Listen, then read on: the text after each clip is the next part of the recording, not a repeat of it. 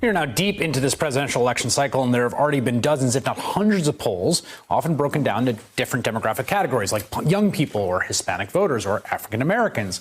And it is very easy in that context to lose sight of the fact that those polls are representations of the views of millions of people who individually may have wildly different life experiences and views. MSNBC correspondent Trymaine Lee is launching a series called The Race Report, focusing on the intersection of race and politics in the 2020 election.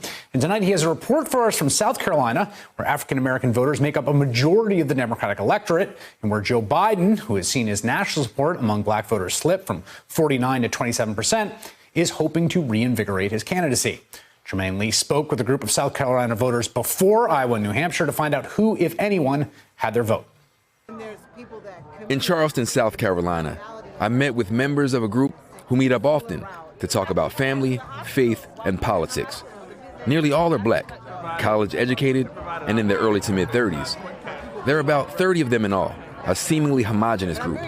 But these men and women aren't necessarily on the same page when it comes to the Democratic primary.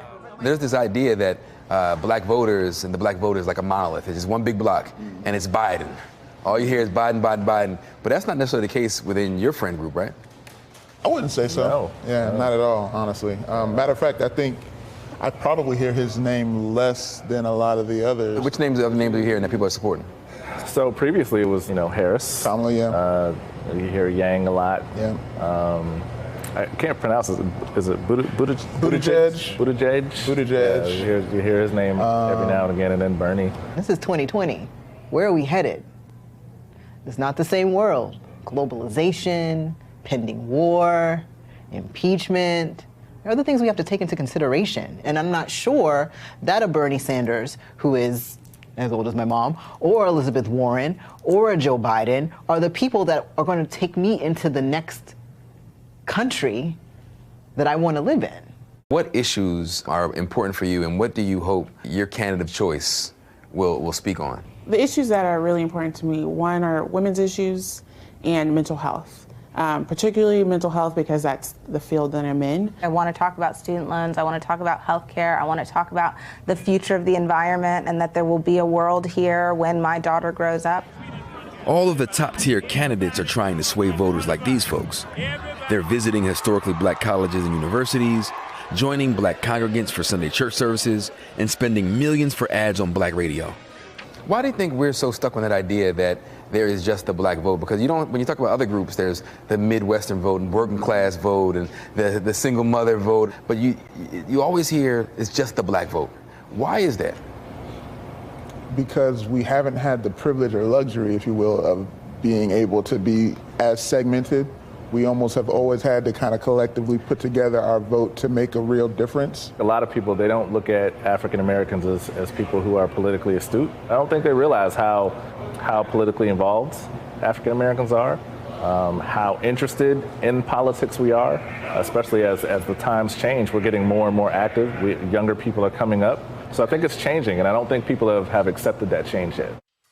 And joining me now from Nevada, which along with South Carolina will be holding the next two Democratic contests, Trymaine Lee. Trymaine, that last point I thought was a really interesting one because there's a sort of idea of the black vote as monolithic, but his point, the gentleman that you interviewed saying that people do not recognize how politically astute black voters are or can be. I think there's some of that sometimes in the way that people talk about it in a monolith, those two things combined.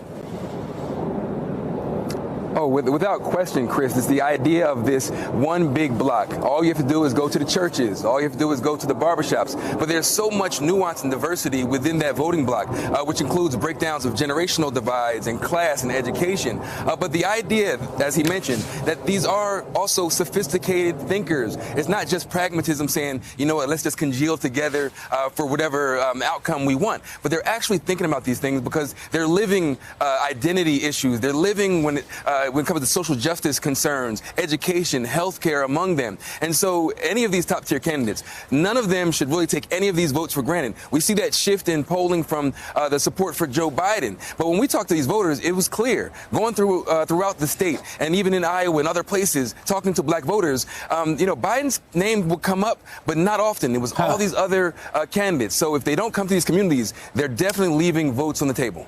You know, one thing that was also interesting in those interviews, a thing that happens, particularly in debates or particularly in discussions, is when people talk about the black vote, they will then talk about, say, race and criminal justice and that policy access. But of course, as the people you talk to, like people interested in mental health or universal health care or climate change or all of the issues that all kinds of voters are interested in, and you see less people talking about that in the context of, quote, the black vote.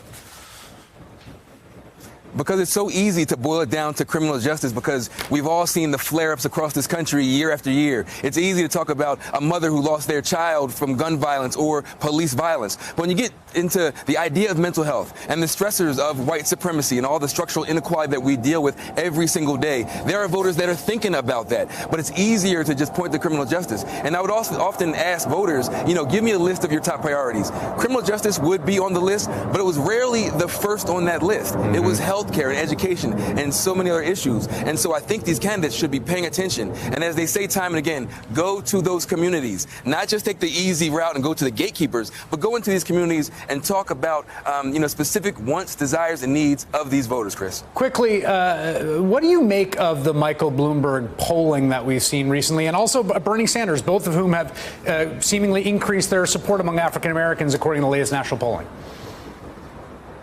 I think with Michael Bloomberg, outside of New York City, there are many folks who don't remember stop and frisk. They don't remember the soda tax and all the issues that he had in New York City. But he is also a billionaire, unlike a number of other billionaires or alleged billionaires who actually puts their money where their mouth is. So regardless whether it's gun violence or, school issues, he actually puts his money there. And so when he names his, plan to shrink the wealth gap, the Greenwood plan after the Tulsa race massacre, going to those communities and talking about getting black folks in home and building wealth through home ownership, he has that money to do that, and they know that. So it's appealing. Hey there, I'm Chris Hayes from MSNBC. Thanks for watching MSNBC on YouTube. If you want to keep up to date with the videos we're putting out, you can click subscribe just below me or click over on this list to see lots of other great videos.